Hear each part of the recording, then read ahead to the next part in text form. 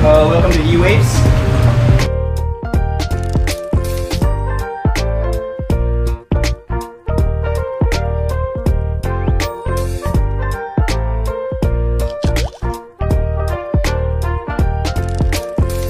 Welcome back to Power English TV. My name is Alfian, and today on the second episode of our series, what was it called, buddy? Where got take a shot? Right.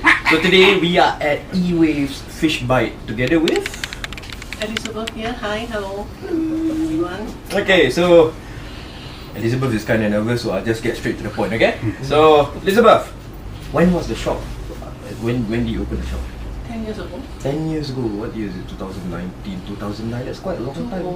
2018. So this year is my 11th year. 11th year. That's quite a long time. So how has it been?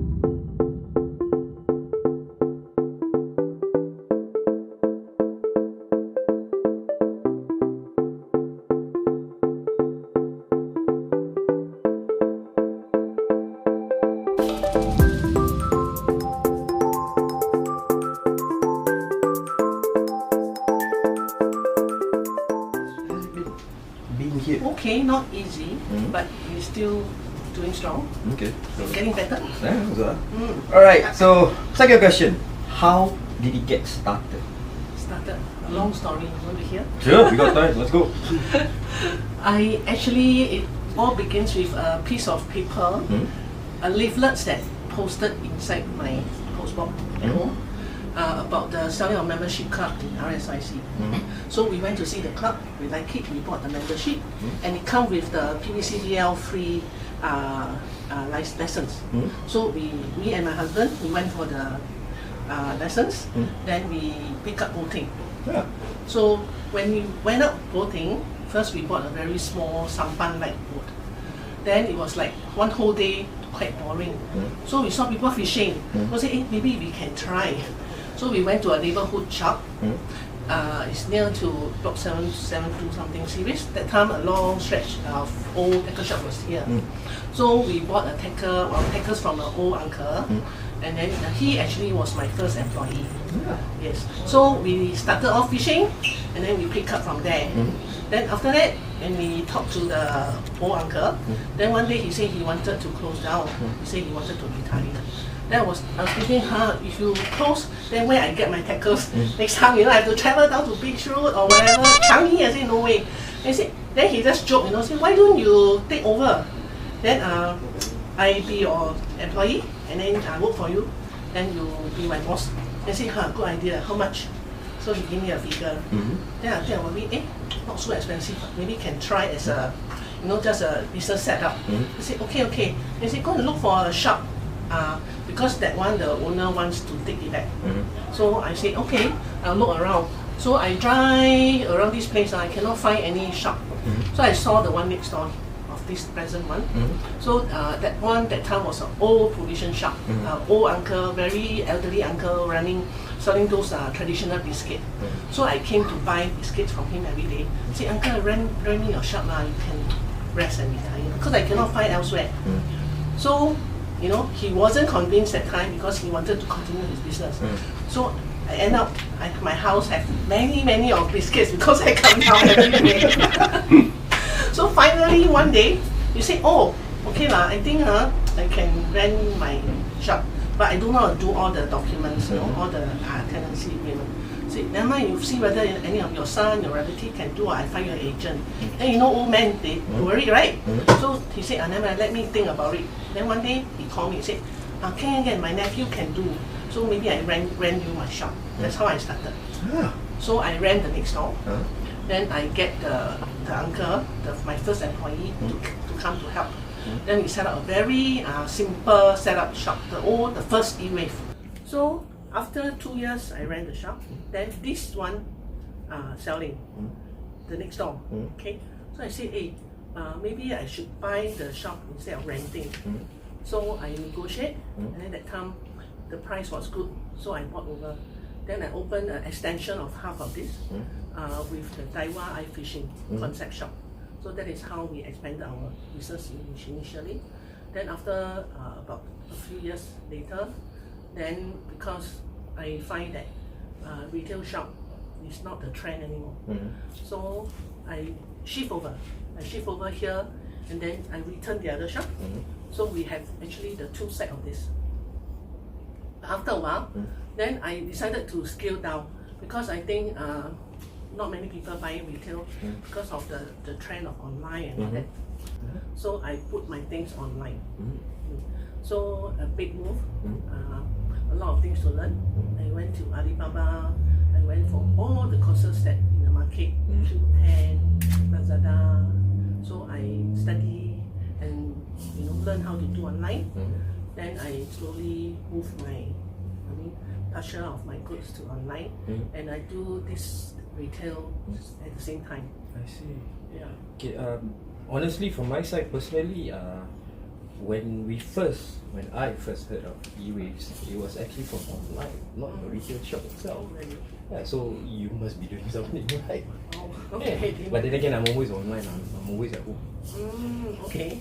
That's why we target people like you. Don't travel. I don't travel much anyway. Yeah. Okay. Third question: how did the name e-waves fish bite come? Actually quite obvious, E, that means my name. Okay. So actually discussed within a group of friends.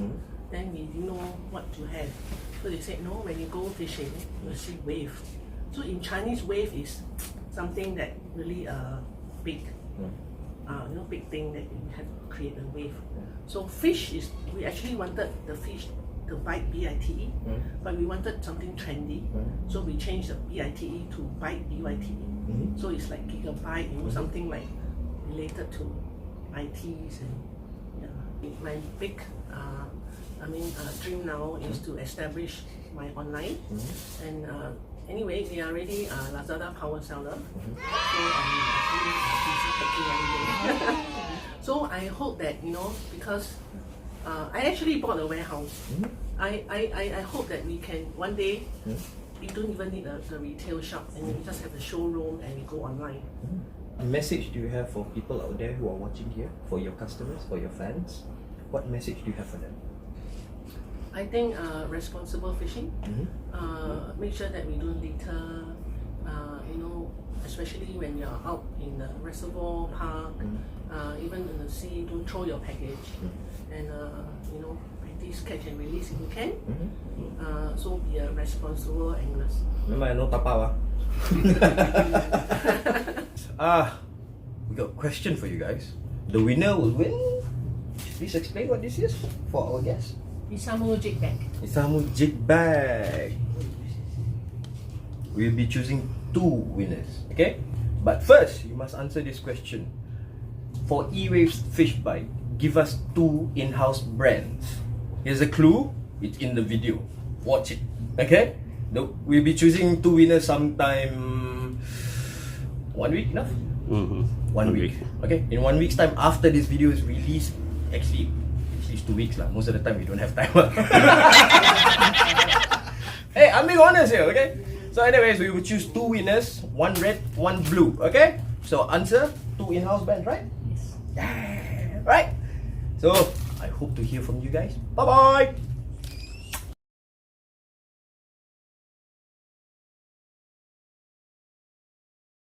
Hey, buddy? Yeah. Okay guys, we'll be asking questions to the guys down here. This is our secret guest for today, which is buddy. Yeah, Oh sorry. yeah, that can move. Anyways, first question I'll be asking is favorite setup to use. Favorite setup to use. Now, actually, I don't really have a favorite setup to be honest. But there's this rod that's quite memorable to me. That has a lot of sentimental value to me, which is the old Storm Discovery, the first ever one. My uncle bought it for me. I abused it like crazy. It was a 2-piece rod, but I glued it together to make it 1 piece, which which makes it no sense for being 2-piece. But that's the beauty of it. I just love that rod, and I did a lot of crap with it. Tried so many different styles of fishing with it, and it's still surviving at home right now. That's So what about you, Johan? As for me, I prefer to using extra heavy gear, like in the range of 12 to 25 pounds, and yeah, basically my leader and rear line are quite heavy. Favorite place to fish? Okay, favorite place to Mine fish. very cheap. There's a lot of places. Yeah, there's a lot of places to fish in Singapore. For me, probably Pandan Reservoir. I love that place. It's a nice, cozy place. You could just stay there for hours. You know, sometimes I just don't fish there. Also, I mean, just go there, make a few casts, sit down, drink a cup of coffee, and yeah. I'm not really that kind of angler. Okay, Johan, what about you? No comments. I just prefer fishing. As long as there's a legal gun in Singapore, I'll be there. Yeah. Whether it's saltwater or saltwater fish water, I'll just try everywhere. Yeah. For us, as long as got water, got fish. Yeah lah. But not toilet bowl lah. Questionable. Okay, third question.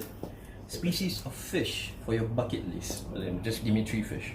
Yeah, okay, Johan, you go first because I need something to think. Species fresh or salt? Doesn't matter. Groupers, Kimbalo, and I'll say peacock bass lah. Peacock bass. Yeah. Is it because of the fight or because you're going for the size? More for the just that's the way the fish looks like like its tree bars and all these things. Yeah, the characteristics of it, I'm attracted to it. Yeah. The colors and the patterns. Yep. Yeah. Happens to me too. For me, would probably be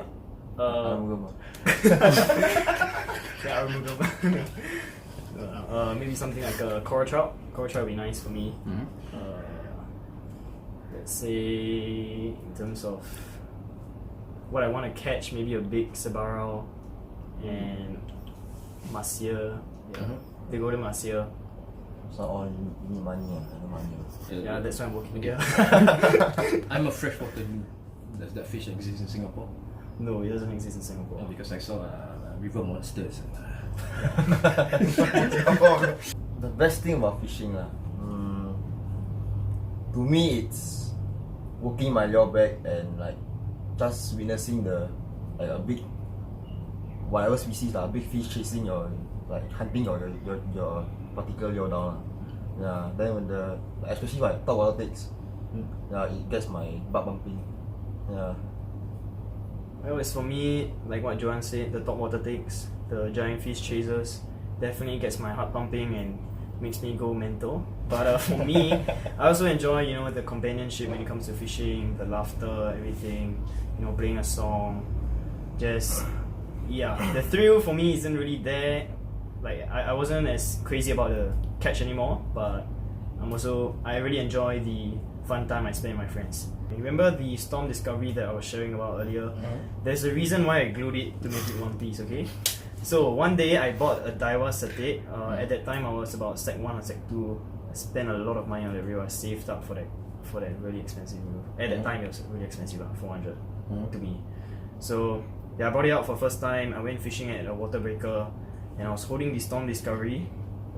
I was holding the top piece and I was walking, and the bottom piece came out and the reel smacked onto the rocks, dropped onto the rocks, and the spool got dent.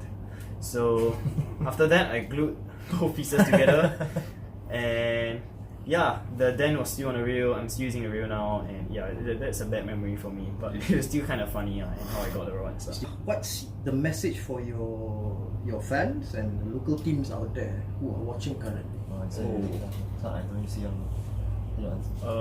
To me, what I tell everyone is to like what my boss said earlier, to fish responsibly, be a nice angler, and also don't really focus on catch. Enjoy the time you spend with your friends, because at the end of the day, the time where of course we all go fishing to try to get the moment of your life where that 3 minutes where you fight the fish of a lifetime. But at the same time, you have to enjoy the process of it. If not, at the end of the day, you're just like getting the goal. You have to enjoy the journey to the goal. Yeah, that's kind of what I want to say. And that's it. Okay. Alright guys, that's it. Let's go back to the start. Yeah, fall apart. Okay, so cut off for this segment. Maybe yeah, we can't be just friends.